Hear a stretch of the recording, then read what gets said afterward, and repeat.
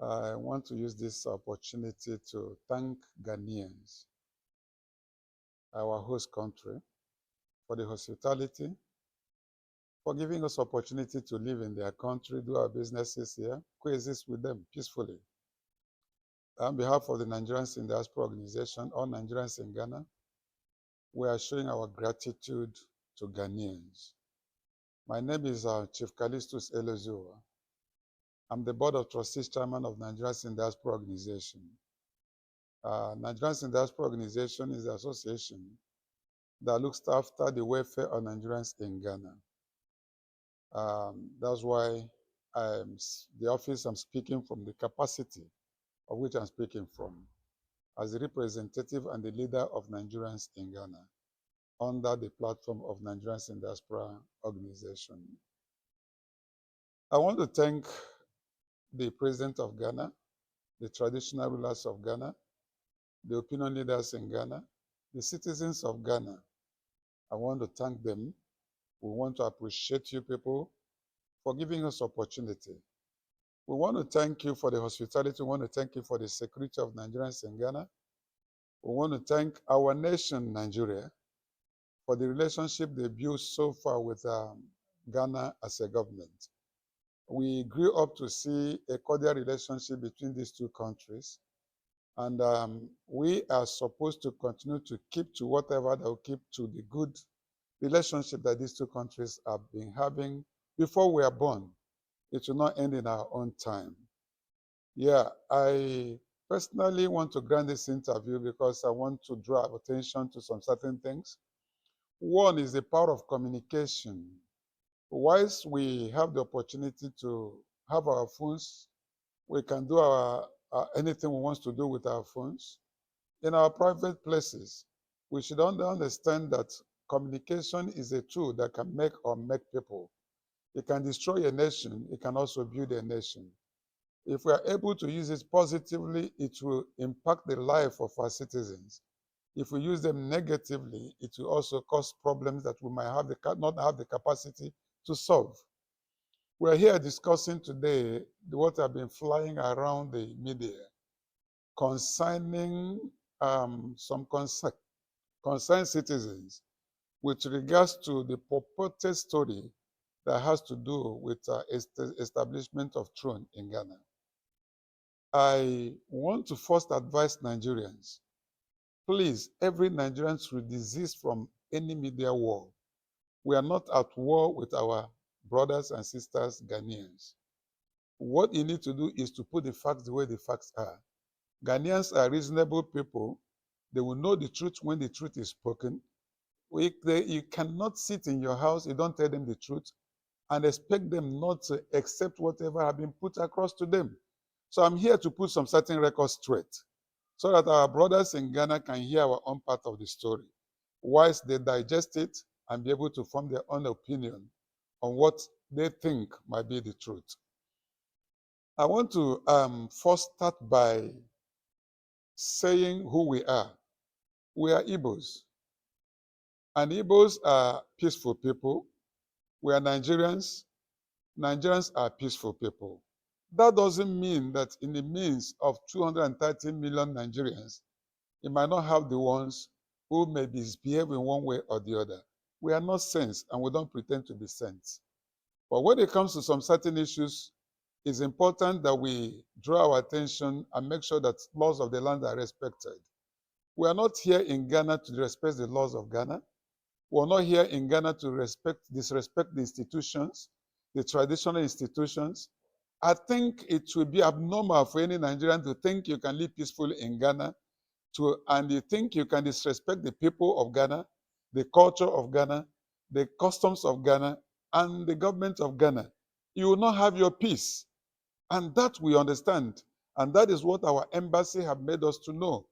From the one that we must preach peace, we must make sure we guide our people to live lawfully in the land of Ghana. And that is what we stand for, and that is what we represent. So if we see any Nigerian who is doing anything that is not right, it's important we draw the attention of Ghanaian authority to make sure that we don't allow one or two people to destroy the image we have built from beginning to now.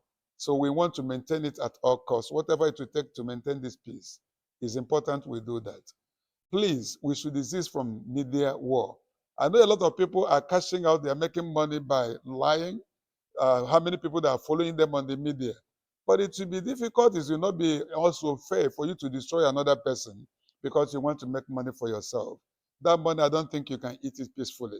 It's important that you do things that are right, respect the government of Ghana, respect the leadership that is in power, respect whoever person that is in position that is God have appointed or you are choosing to lead you. There's always an appropriate means for you to channel your grievances if you have any issue. It's not by going to media and start doing some certain blogging or one thing or the other. We have the traditional institutions. If you have any issue you don't understand, go back to them and ask them questions. They will be able to give you answer. I believe if the person who sent this blogging out had done the right thing by going to Ningo Pram Pram to ask the chiefs there whether there is anything like that, the chief would have given them the answer, just like the publication they made yesterday. They made it clear that no land has been acquired, no kingdom has been built or been built. And now, if you had done this little due diligence, it wouldn't have gone to deceive the public that Ezigbo is building a kingdom somewhere. I want to make it very clear to our fellow brothers and Ghanaians who have been keeping us here, preserving all the Nigerians here. Allow us to build houses in their place. Allow our children to school in their land. We trade in this place. So we've married Ghanaians. They marry our own people. We had wonderful relationship between us and Ghana. We will not allow some people to come and destroy the relationship we have had that we didn't build even ourselves. So the truth about the matter is that the Igbos are not building any kingdom anywhere. The Igbos have not bought any land in any part of Ghana to build any kingdom. The Igbos do not have any intention to build any kingdom.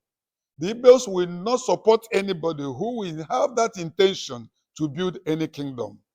It cannot build any kingdom in another kingdom. People were talking about the viral video that went round. That video that went round was a pronouncement that was made 12 years ago. And somebody intentionally brought that video out to cause confusion. That was a video the Ezigbo made when he was being interviewed after the coronation. He was trying to put across what his vision would be for the people he's leading. And unfortunately, people twisted it to be a building of kingdom. If you go and listen to that video, he said an Igbo village. He never said an Igbo kingdom.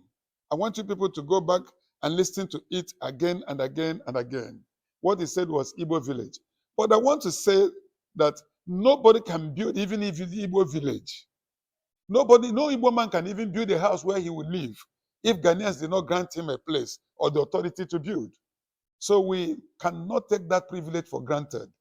It's a privilege we protect, it's a privilege we cherish, it's a privilege that we enjoy, it's a privilege that we want to thank people of Ghana for. Secondly, the issue of our New Yam Festival is something that has to do with Thanksgiving. This is something we do to thank God after we've planted our crops. We have a season when we reap what we have sown. And by our culture, we are people who believe so much in God. If you look at our names are associated to gods. So we are people who knows how to worship. We are people who knows how to appreciate God. We believe whoever we are and whatever we become in life can only be by God and by God alone. So when we plant our seeds, what we do every year is to do what we call Thanksgiving through the celebration of the New Yam Festival before others will start eating. So when it comes to the issue of celebrating our culture, it has to do with our belief and our relationship with God. It has nothing to do with politics. It has nothing to do with undermining the authorities of the land. It has nothing to do with trying to make anybody inferior in his own land. No, we don't have that capacity. We don't have that intention, and we'll never do that. Even before we celebrate any day, we normally visit the traditional institutions. As I speak to you, this year we visited the normal traditional institutions in Ghana. I can mention one person, you can go and verify. I don't want to go further. At least the Babu Ulomo, we visited him and we told him of our intention to celebrate in their land.